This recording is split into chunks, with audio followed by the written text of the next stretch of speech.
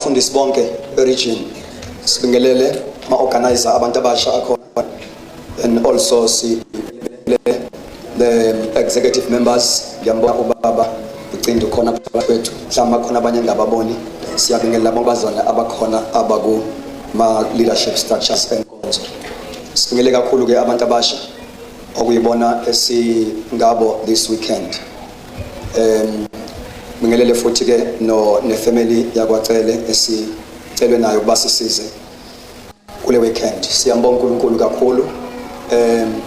Masisho futhi bathandekayo ukuthi kuhlala kuthobisa njalo okumaphambi komzimba kaKristu. Asithathi njengento esiyideservayo, especially ukuministerisha kukhona abefisi abantu ababizwe uNkulunkulu. Kuyathobisa kakhulu lokho. So nathi nje kusenza singasiboni ukuthi nishumayeza, kodwa kusinikeza umqondo ukuthi siyakhula as we are ministering in the presence of the senior ministers among us. Albonge igama lika Jesu. Cela ukuthi ke mhlambe ngaphandle kokuchitha isikhathi singene ezwini lenkosi.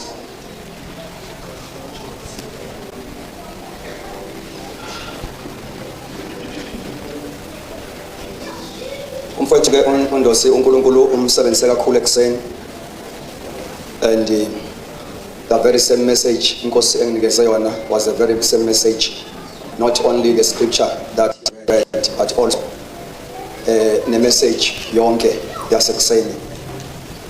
Ku preparation wami la benginawo manga kuthumela wona ngabona ukuthi everything was set. Albonge igama lenkosi. Well ke sizobona ukuthi inkosi ke isigayida kanjani. La sifunde ke yona leyo verse Isaiah chapter 43. Sifunda khona verse 18 and 19.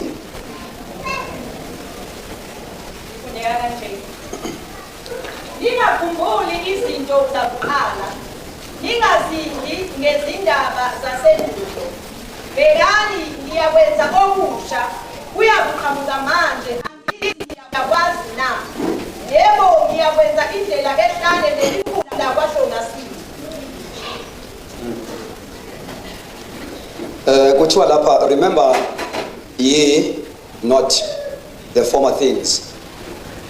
Kusho ukuthi ngamanye amagama njengoba ethi lapha ya i-portion engasegcineni uthi I will do a new thing. So the reason why we must not dwell in the former things is because uNkulunkulu is introducing a new season where he wants us as a church to experience something new. Amen. So i-challenge ke enkulu la ukuthi ibandla lidinga i-deliverance from the former things, and that is not an easy task.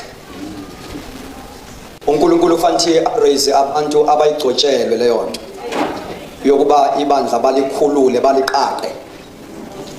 Albonge igama lenkosi. From the former things. Albonge igama lika Jesu. Wena obhalayo nginikezwe lento enhlizweni yami ethi God's plan for the end time revival. God's plan for the end time revival. So ibandla ke lidinga i-deliverance from the former things. Former things includes imisebenzi kaNkulunkulu emihle esimbonile eyenza. Kodwa manje yahamba lemsebenzi emihle kaNkulunkulu yasenza sahlala kuyona, asangalindela ukuthi uNkulunkulu kaqedanga kukhona obunye okusenza. So ke lento ke yasenza ke sakha ama camps sahlala. And imisebenzi ke I mean also le ndaba ka former things also include ke njoba eshilo umoya ngcwele ekseni lapho ukuthi it's both bad and good things as experience njengebandla as we journey with the Lord. Praise God.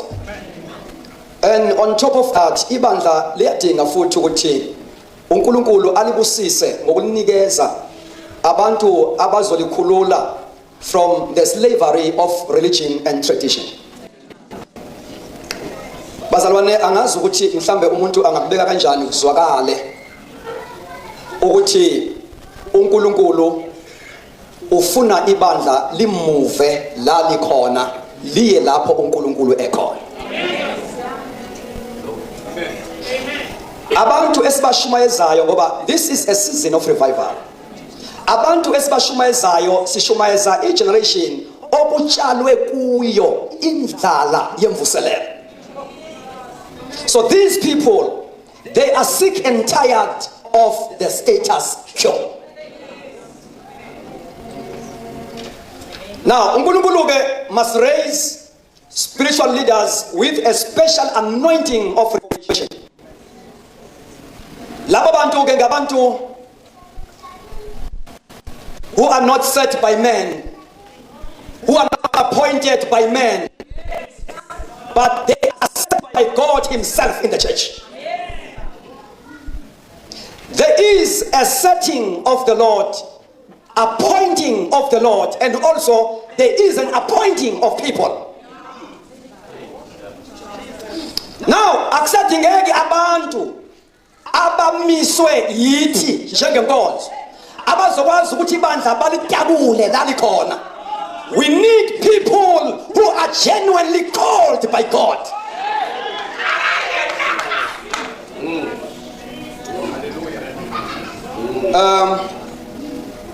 Now, laba bantu engikhuluma ngabo, they operate with a pure motive.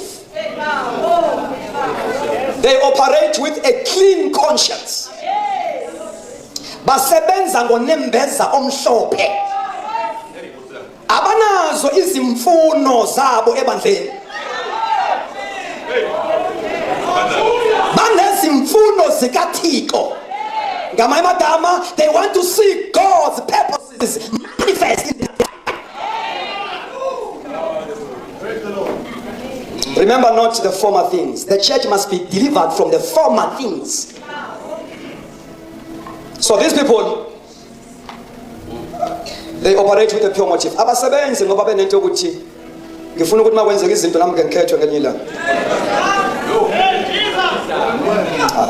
Abona abakhankasa engikhuluma ngabo. Bona abantu abagcwele ubukhulu. No status. Ngeke basize labo bantu. Kule nkinga esikuyona.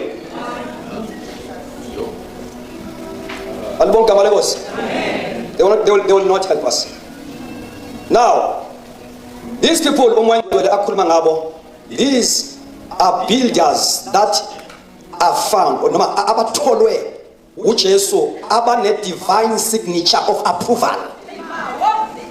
They are approved by God.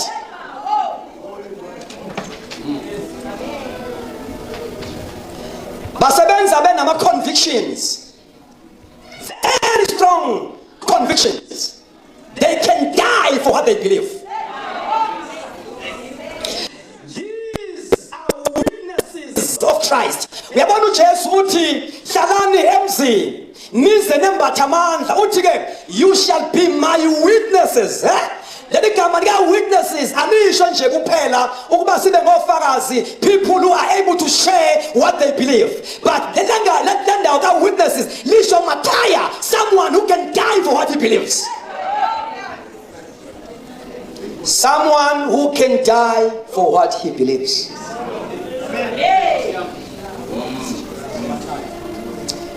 Yabona bathema sebehlelwe ngamandla. Siyambona umpostoli uPeter as an example of a witness of Christ. Mabe shumayela ivangeli ake sithi amen. There was an opposition. Ngoba laba bantu ngabantu i-lifestyle yabo, i-lifestyle ye persecution and opposition. You cannot separate them with opposition.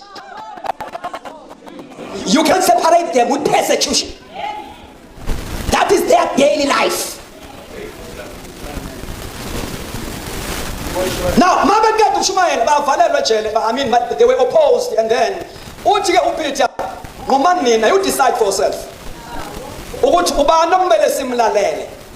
phakathi kwenu noNkulunkulu osibizileyo. So they were ready to die. Ake ngutshele, uma ungakasitholi isizathu of your existence, why you are living, why you exist, impilo yakho will always lack meaning. Life without a purpose has got no meaning. Uma uzophila impilo ene impact, ushiye ilegacy, number one, you must have something that you can die for. Fanele nento ongayifela ube nento oyiphilelayo. Two things. Ma ungenayo into ongayifela futhi ungenayo oyiphilelayo, salosikufa.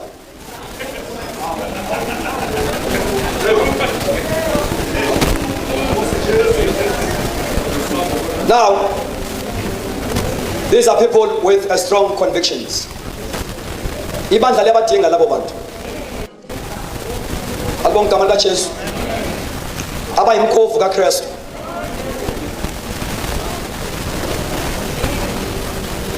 Ngoba ibandla lidinga abantu with a radical anointing. Now, ngicela sibambe lokho ukuthi uma uJesu ekhuluma ngokwakhiwa kwebandla lakhe uthi ngizolakha, akathi bazolakha, uthi ngizolakha. And we believe ukuthi in as much as athi ngizolakha unodakaboyi bakhe unabantu asebenza ngabo. Labo bantu akumele banciphe baphele in the church, ngoba kusho kuphela kokwakhiwa kwebandla successfully, and kusho kuphela kweprogress ebandleni. Ibandla will remain with status quo if we don't have people of this caliber. Lalelani bazalwane, laba bantu engikhuluma ngabo noma bekwi denomination ethile kodwa abasebenzeli yona, ababona futhi abaleyo denomination, basebenza besubmita lapho kodwa bona kahle kahle zithunywa that are sent to build the body of Christ holistically everywhere. Now abantu laba abanesambulo se-pattern how to build the church, abantu laba with a mandate from God. Ngegama likaJesu, they've got a mandate from God. Ake ngitshele ke ama characteristics abo. Something to note about the fivefold ministry. Number one, they are given by Christ, the head of the church. They are given by Christ, the head of the church. Ungalahleki la sibuka kule ndawo ukuthi sisuka kanjani from the former things. Alibonga igama lenkosi. People must raise people. God must raise. Hallelujah. Radical ministers. Alibonga igama lenkosi. In as much as they will be misinterpreted, kodwa into ezovela ngabo is one of the qualities of a leader. A leader umuntu also okwazi ukubenzisa abantu into abangayifuni baze bayithande. Okwazi ukwenzisa abantu into abangayiboni baze bayibone. Then you are a leader. Awuyeke ngoba bengayiswa. Ngoba uthunyiwe wena. Kuya ingilosi yase-Efesu. Noma glory to Jesus. Nakunezinto ke ezilotshelwa ezambulelwa the angels, glory to Jesus, abathunywa, those who are sent by Christ. Fanele bathembeke ukudlulisa kunjalo. So they are given by Christ, the head of the church. Kamama sithi they are given kusho ukuthi in as much as we do have our spiritual gifts according to 1 Corinthians chapter 12. Those are gifts of the Spirit beginning from verse number 8 up to 11. Hallelujah. But when we talk about Ephesians 4:11, these are ministries. So Uma said they are given by Christ in the church. No, to be an apostle, to be a prophet, I don't have a gift of evangelist. I am an evangelist. I don't have a gift of an apostle. I am. These are people. So Baba isipho bona ebandleni. bayi-gift in the church. That is why you are saying they are given by Christ to the church. Gama by extension, that is, they represent the headship of Jesus Christ in the church. So, number 2, they belong to the head of the church. Since Christ is the head, so the headship that Christ do, he exercises through a fivefold ministry. Number 3, they receive their commission from the Lord. Abathunywa yiso. Sonto nabantu balo elirecommendela bona. Bengazange bezwe lutho enkosini. Ba recommend ngoba inkonzo bayayithanda. Bayithanda inkonzo futhi ba active. Bangalifeli isonto. So lo muntu once waqala wabhala siyamrecommendela ngoba lo muntu lona is an active member of the denomination. Uthanda inkonzo nento zenkonzo uyayithanda, of which is not wrong. God, when we talk about this caliber, you don't fit there. Shula ekuthandeni isonto. Abonakale the element of the supernatural in your operation. As you operate, you must be able to operate in a supernatural dimension. Makoshandala, Alabashanda. Glory to Jesus. Unabantu ababhizi aba-active kodwa zange sibabone bendiza bebhabha, azange sibabone besijikela beshintsha phambi kwethu bethatha esinye isimo. Nikhona na? Nikhona abathandekayo? Yes. Mabisa uNkulunkulu ambajikela abantu abalidala. Awukwazi nje kusukela January to December uright nje wena. Uright nje. Which increment? January to December. Take another form. Utell Jesus every mount of figuration. Nabafundi bakhe in the Bible he was transfigured. Glory! Glory! Wathatha esinye isimo. Wazi wathi uPeter ngathi singakha.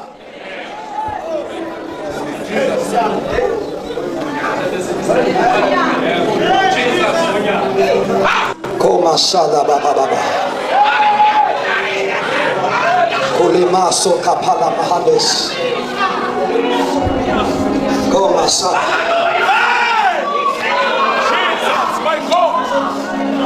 Glory to God. Andile khona into ekwazi ukuphawulwa kuwe now Sunday school. Ukuthi mase bomilo bangaba bonke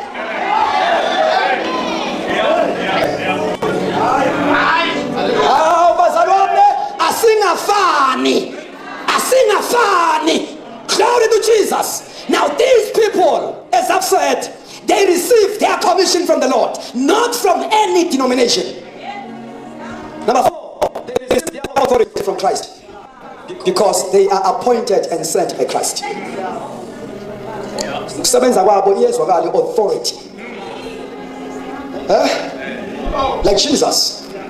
Thema ifika uJesu ufike bebona abantu abafundisayo imithetho kaMose nabaprofeti. Befunda kodwa ingena uKristu wanikezwa iscroll.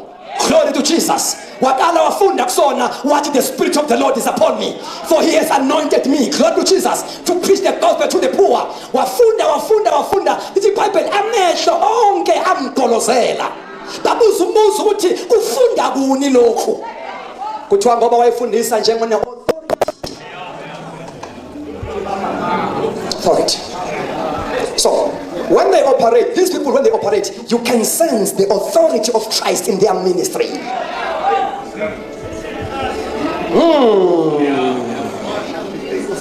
This authority of Christ ezwakala kwi ministry yabo is not only there to equip the church, but also laba bantu aba-operate ministry baphinde futhi balenze ibandla likwazi ukuwina kwi-spiritual warfare.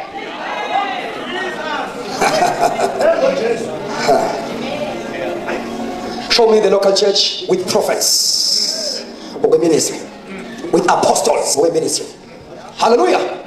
Glory to Jesus. Kukhona impesi esiyilwe ngama gift edinga abantu be ministry.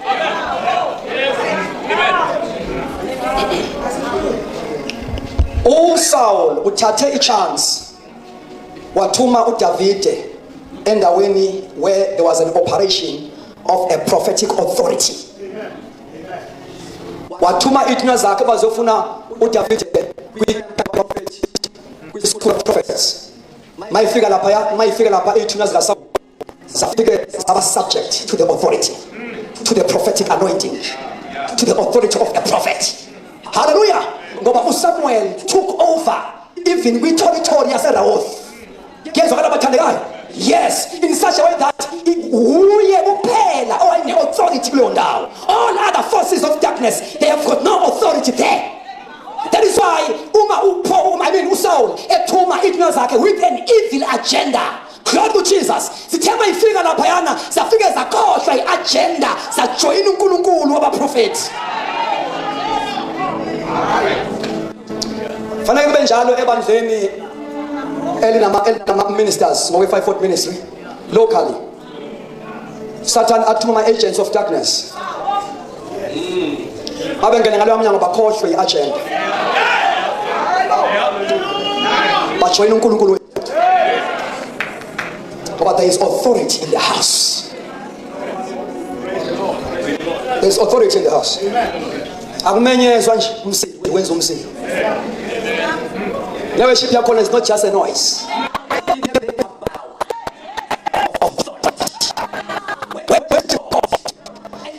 Darkness bow.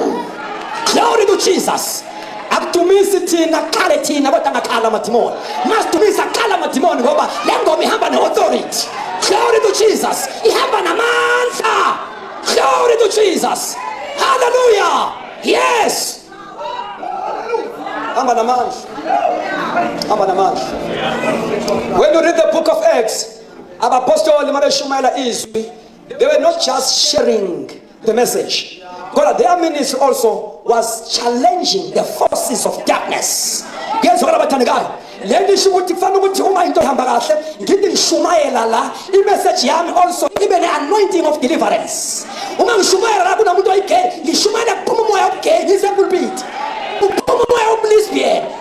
Glory to Jesus. Hallelujah. Yes, Baba, this message has got the backup power of authority. My God.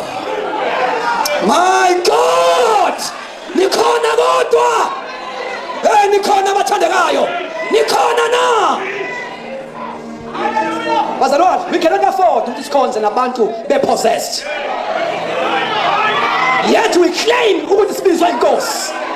We cannot afford sikhona abantu who are agents of darkness. Bazi strategic positions. Bayibamba inkonzo ingayiphambi. Glory to Jesus. Hallelujah. Glory to Jesus.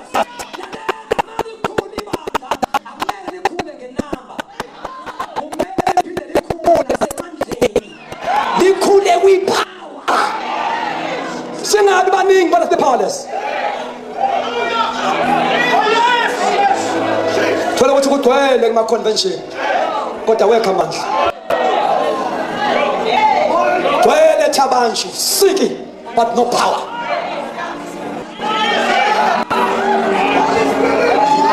Yithi amandla lena. Oshaka pala hosa. Ripako shanda. Yithi umlilo. Yithi entazimono. Ngegama lika Jesu. Yes. Yes. Now, into is challenging. Ehlise amandla ebandla. Siyasavumela kakhulu people who emphasize traditions of the church at the expense of the spiritual life of the church. So ibandla laba traditional kanti ngokufounder yethu taqondanga ukwenza isonto. Kuyezwa abathandekayo angimuveke lapho ngoba uzothi mase lapho kubheka ngikuyekeke ngenxa argument yakho. But let me tell you something. I will say it boldly ukuthi this is not isonto. This is a church. Glory to Jesus. That is supposed to move with power and glory.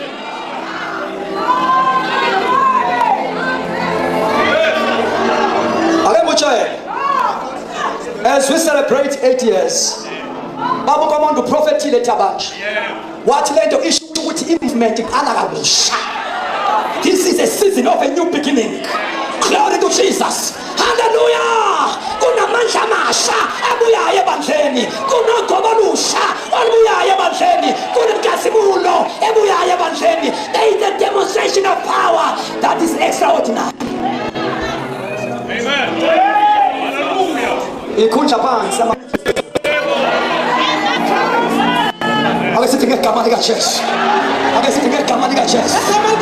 Abuya umlilo, abuya imandla, abuya inkazimulo ngegama lika Jesu waseNazaretha.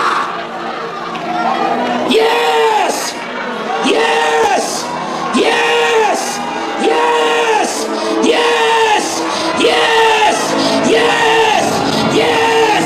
Ikhona into enizwayo. Rakathateke, zukabakathala, hirabosanda. Yela mahaseketapa. Rakatele. Yes. Jesus! Oh. Jesus! Yela mahasatapa. Yela nezula bahaya. Kapatekele bosa. The glory is coming. Power is coming. Get the money that Jesus. The supernatural is coming back to the church. Hallelujah! Hallelujah! Ngizwa ama footsteps kamoya ingcwele. Ngizwa unyathela kwenkosi. Ngizwa izigi zomnikazi webandla. Uyabuya. Uyabuya ibandla. Uyabuya ibandla. Ngegama lika Jesu. Hallelujah! Uyalambela ibandla. Jesus! Liyasuswa ezandleni zabantu. Liyezandleni kamoya ingcwele. Lashiwa khona. Ngegama lika Jesu. Ake kutshene uma ungazani nomoya ingcwele, you do not fit to say something here. Ngegama lika Jesu. All people that are going to be used by God, they must have an experience of the Pentecost. Jesus! Hallelujah!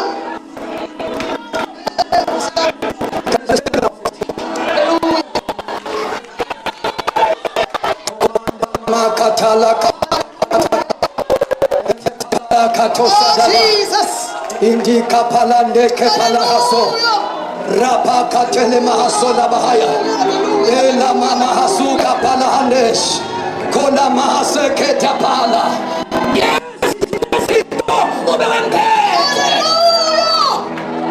Ibandla liyakhisha kusondweni. Ibandla lifake mandleni. Mfundisi umshongo nje manje ekhithimuzela phambili. Ibandla liyasuswa ekusonteni. Bingeniswe emandleni. Ake sizole tiyafuna ngaphambili. Ngegama lika Jesu. Abantu abasha bathi moya ingcwele. Here I am. Use me, Lord. Here I am. I need the power. Yebo, yebo, yebo. I need the power. Oh, Jesus! Hallelujah! Run forward, run forward. Bayambathisa abantu namhlanje. Mfundisi uqindi ngamandla wezwayo. Inkosi yahambela. Amen. Hallelujah. Bazaprofeta. Bazakhuluma ngendimi ezintsha. uNkulunkulu igqokela abantu. uNkulunkulu igqokela abantu. Ngegama lika Jesu. Igqokela abantu uNkulunkulu. Manda kata kata kata. Kata kata kata. Ila mosa kata.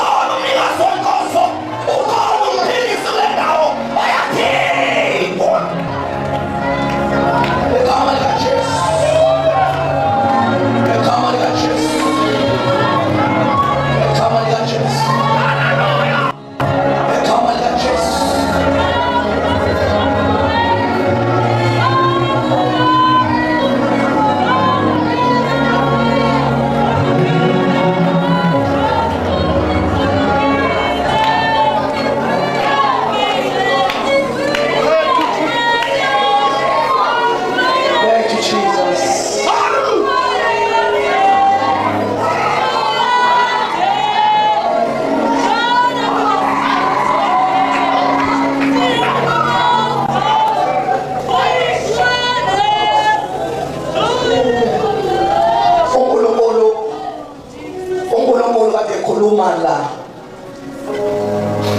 la nje uzosebenza ngabantu abangenagama uzosebenza ngabantu onongena position ngoba mawunikwe ministry abekho into ezobonwa ngamehlo ukuthi ministry uyinikiwe angazwakali noma nge-application uthi anobiziwe naye sithola sefunda incwadi funa ubiziwe naye kodwa iministry ingazange yabonakala iministry unkulunkulu uvusa uthakabhoyi unkulunkulu uvusa othakabhoyi abazoshisa amasimu amafilisi abazilo abanakama kodwa namhlanje bayavusa begama lajesu